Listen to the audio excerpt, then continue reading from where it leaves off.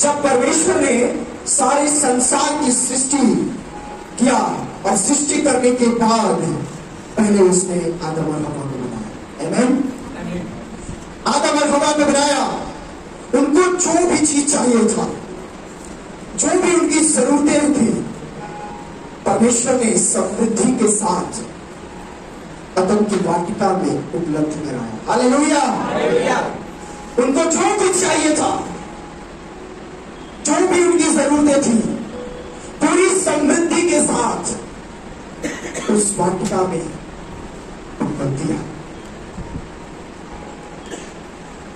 वे परमेश्वर के संगति में चलते हैं, उसकी उपस्थिति में वे आनंद के साथ, शांति के साथ, समृद्धि के साथ और सारे आशीषों के साथ उन्नति करते जाते हैं उस अदन की वाटिका में।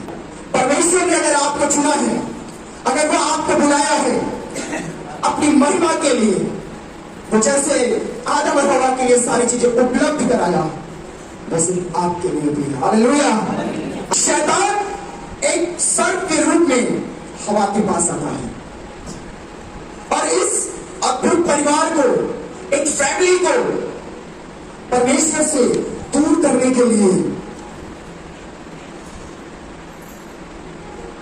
वहां वो मौजूद होता है। वो परिवार परमेश्वर की निगाह में एक आदर्श परिवार था। हालेलुया।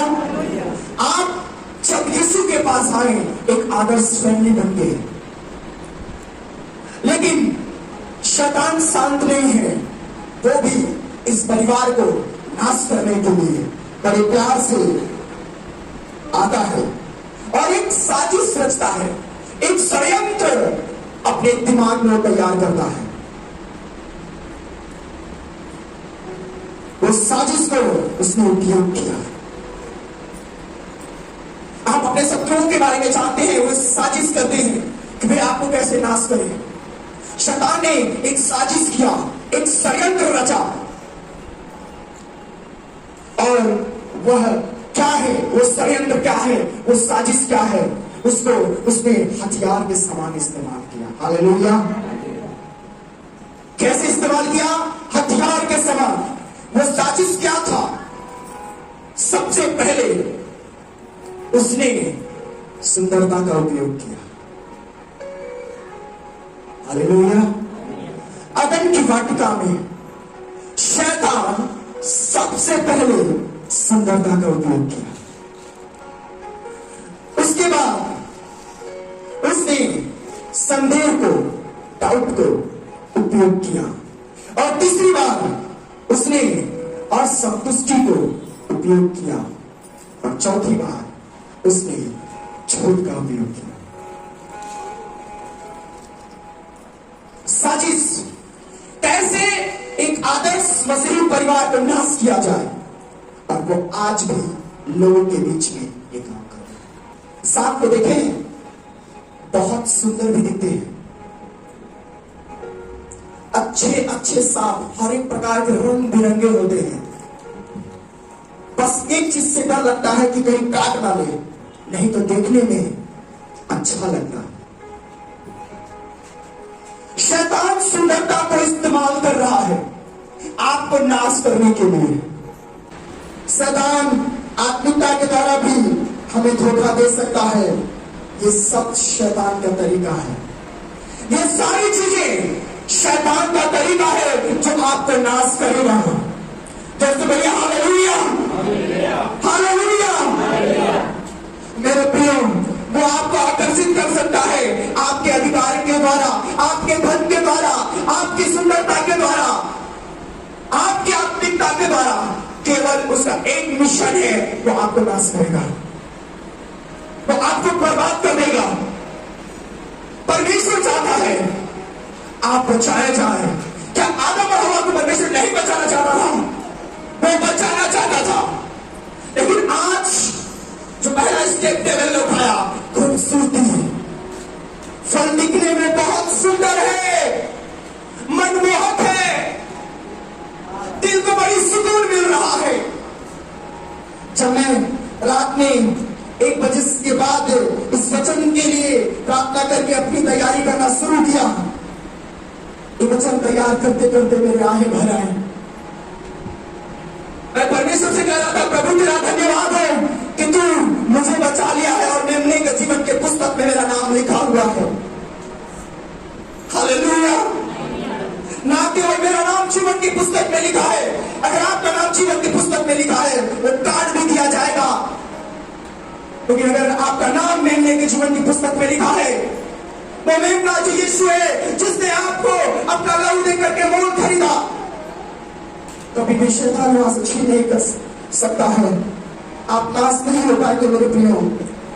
इसलिए शैतान ने हवा को धोखा देने के लिए सुंदरता का उपयोग किया था। आज बहुत से जवान हैं, बहुत से लोग हैं जो सुंदरता में अपने आप को नाश कर रहे हैं। शैतान बहुत खूबसूरती के साथ सुंदरता का इस्तेमाल कर रहा है। मैंने आपको बताया वो फल देखने में मन भाव था और वो फल बहुत ही सुंदर लग रहा था, लेकिन हवा उसके पीछे के धोखे को नहीं समझ पाई।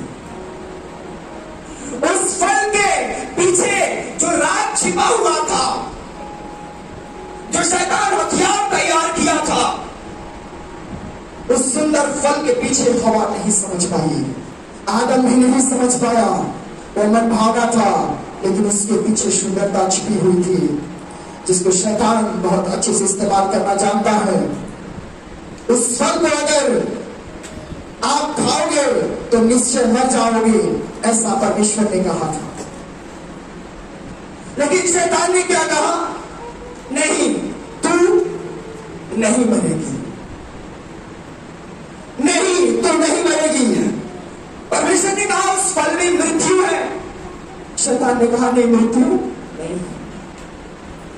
परमेश्वर ने कहा छूना मत, लेकिन शैतान ने कहा छू करके तो नहीं। परमेश्वर ने कहा खाना भी मत, शैतान ने कहा खा करके तो नहीं। उसके पीछे शैतान का षड्यंत्र था। मेरे प्रियो, आज जो आपको सुंदरता दिखाई देता है, जो आपके आत्मिकता को बिगाड़ सकता है, क्या तुम इस फल को खाने के बाद मर जाओगे? उसने कहा हाँ, ऐसा परमेश्वर ने कहा। उसने कहा बिल्कुल भी नहीं। परमेश्वर ने तुमको झूठ कहा है। शैतान क्या बोला? परमेश्वर ने तुझे झूठ बोला है। अगर मेरी बात का भरोसा नहीं है तो बस इस पर से टच करके देख ले, तू नहीं मरेगी। पहले हवा उसे छुई होगी, बाद में खाई होगी, क्योंकि परमेश्वर ने कहा था, पहले लिखा है ना, इसे खाने से और उसके बाद इसे छूने से तू मर जाएगी। शैतान ने जस्ट अपोजिट कर दिया, मैंने टच कर दिया, देखो नहीं मरोगे। उसने देखा हाँ सच है, फिर उसने उसे खाया। हमारे जीवन में ऐसे ही शैतान काम करता है मेरे प्रिय। आज सुंदरता दिखाई दे रही है और आत्मिकता बिगड़ता जा रहा है और संदेह बहुत ज्यादा उत्पन्न हो रहा है। शैतान उसको झूठ देता है, उसके हृदय में परमेश्वर के प्रति संदेह उत्पन्न कर देता है। आदम और हवा परमेश्वर को भूल जाते हैं।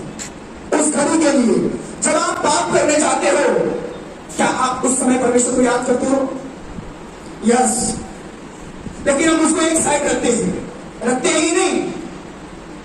पहले हम वो आनंद जो मेरे जीवन में आनी चाहिए उसको हम उत्पन्न करने की कोशिश करते हैं। जिस परमेश्वर ने सृष्टि की उसी के प्रति शैतान ने क्या कर दिया? संदेह उत्पन्न कर दिया। आप उसकी ताकत का अंदाजा भी नहीं लगा सकते। लेकिन बाइबल में लिखा है कि जो तेरे अंदर है वो उससे बढ़ करके है।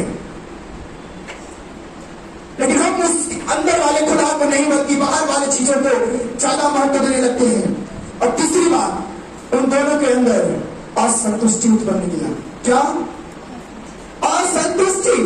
आज नाश होने का सबसे बड़ा हथियार शैतान आपके जीवन में असंतुष्टि डाल दिया है। उसके पास कार है, तेरे पास साइकिल है, उसके पास घर है, तेरे पास घर नहीं है। हम असंतुष्ट होने लगते हैं अपने जीवन में और हम दूसरों से तुलना करने लगते हैं। असंतुष्टि किसी फल को खाने से, देखिए इतना ढेर सारा फल है, शैतान इस फल का जिक्र नहीं कर रहा है, लेकिन किस फल का जिक्र कर रहा है? जिसे परमेश्वर ने मना किया है। अभी आदम और हवा असंतुष्ट है अपने जीवन में, और वो बहुत अच्छे से बारीकी तरीके से इस बात को समझता है। उससे भी ज्यादा अच्छे अच्छे फल थे, वो जाकर खा सकते थे, लेकिन जहां असंतुष्टि होती है उसके ऊपर शैतान का हमला 100% आएगा। जिसको परमेश्वर ने मना किया वही होता है। आप एक चीज नोटिस करिए, अपने बच्चों को बोलिएगा मत कर, अदरा के जानबूझ के वही करेगा। वो करता है कि नहीं? परमेश्वर ने अदम की वाटिका में बहुत फल दिया, लेकिन उधर उन्हें ध्यान नहीं लगाया शैतान ने, लेकिन ध्यान उधर लगाया जहां पर परमेश्वर ने मना किया था। अब इसको बोलते हैं शैतान की युक्ति। ये शैतान की युक्ति है जिसमें आज बहुत से मसीही फंस जा रहे हैं। लोगों के जीवन में असंतुष्टि क्यों पाई जा रही है आज के दिन में? जानते हैं, बहुत से महिलाएं आज अपने घरों में रो रही हैं, बहुत से पुरुष रो रहे हैं, वो अच्छा महसूस नहीं कर रहे हैं। कुछ अच्छा नहीं हो रहा है पास्टर जी, कुछ भी बढ़िया नहीं हो रहा है। स्वयं का घर नहीं होने के कारण उन्हें अच्छा नहीं लग रहा है, स्वयं का काम नहीं होने के कारण अच्छा नहीं लग रहा है, बैंक बैलेंस नहीं होने के कारण अच्छा नहीं लग रहा है। अरे उसके पास तो 10 एकड़ जमीन है, मेरे पास तो कुछ भी नहीं है। वो तो देखो अच्छा गहना पहनता है, मैं तो नहीं पहनी हूं। वो समझ नहीं पा रहा है, वो जीवन में संतुष्ट नहीं है। शैतान की युक्ति क्या है? जीवन में जो है उसे दिखाता नहीं है, जो नहीं है उसे वो दिखाता है। जीवन के आशीषों को वो नहीं दिखाता कि जब तू ऐसा था नालायक तब परमेश्वर ने तुझे बचाया, वो नहीं दिखाता। लेकिन वो दिखाता है जो वो चाहता है, केवल एक चीज के लिए कि वो आपको नाश करे। असंतुष्टि जहां पर होगा वहां काम अच्छा नहीं होगा।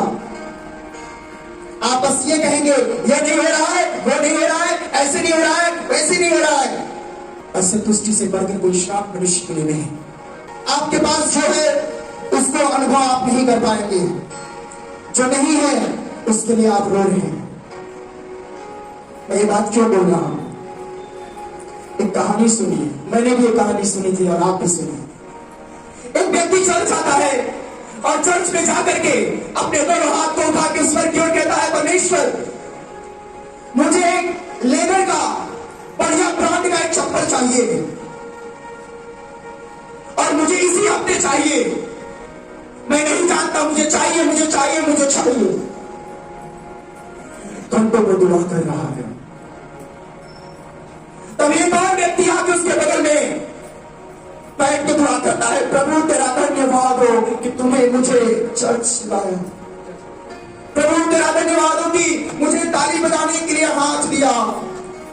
प्रभु तेरा धन्यवाद हो कि आज मैं भरपेट खाना खाया हूं। प्रभु तेरा धन्यवाद हो कि आज मैं जिंदा हूं।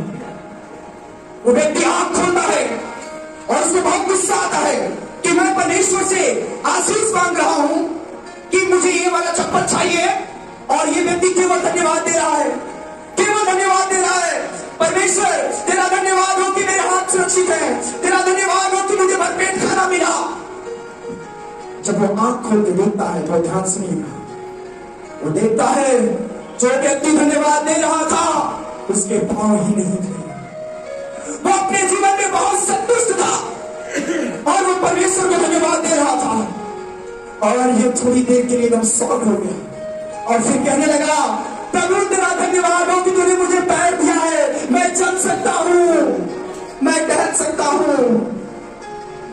क्या हुआ, उसको लेदर का चप्पल मिला नहीं, लेकिन वो अपने जीवन में संतुष्ट हो गया। बरकत यहां पर है, आशीषें यहां पर है जहां पर संतुष्टि है। कृपया आप जो अच्छी स्थिति में हैं, ध्यान से सुनिएगा, आप जो अच्छी स्थिति में हैं उस पर ध्यान ना दें। कार में जाने वाले की ओर ध्यान मत दीजिए, आप ध्यान दीजिए जो साइकिल पर जा रहा है। अगर आप साइकिल से जा रहे हैं तो आप बाइक वाले की ओर ध्यान मत दीजिए, आप ध्यान दीजिए जो पैदल जा रहा है। वो बात आप समझ पा रहे हैं मैं आपको क्या बोल रहा हूं? अगर आप ऐसे करेंगे तो आप अपने चीजों का जो परमेश्वर ने आपको दिया है आप अनुभव करोगे, आप उसमें संतुष्ट रहेंगे। नहीं तो आप जब दूसरे लोगों को देखेंगे आप केवल तुलना करेंगे, केवल तुलना करेंगे, केवल तुलना करेंगे और नाश होने के लिए तैयार हो जाएंगे। इस गुप्त बात को समझिए।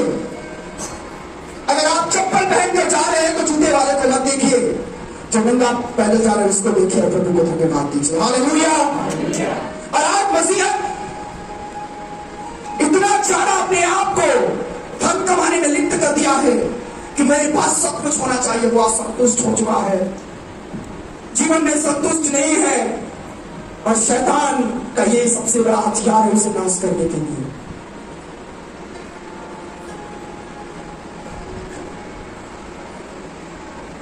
आप पूरे मन से प्रभु की स्तुति कर पाएंगे। आप उत्तम परिस्थिति में भी रहने वालों को देखकर कभी भी प्रभु की महिमा को नहीं चुरा पाएंगे। अगर आपको जैसा मैं बता रहा हूं वैसा करेंगे तो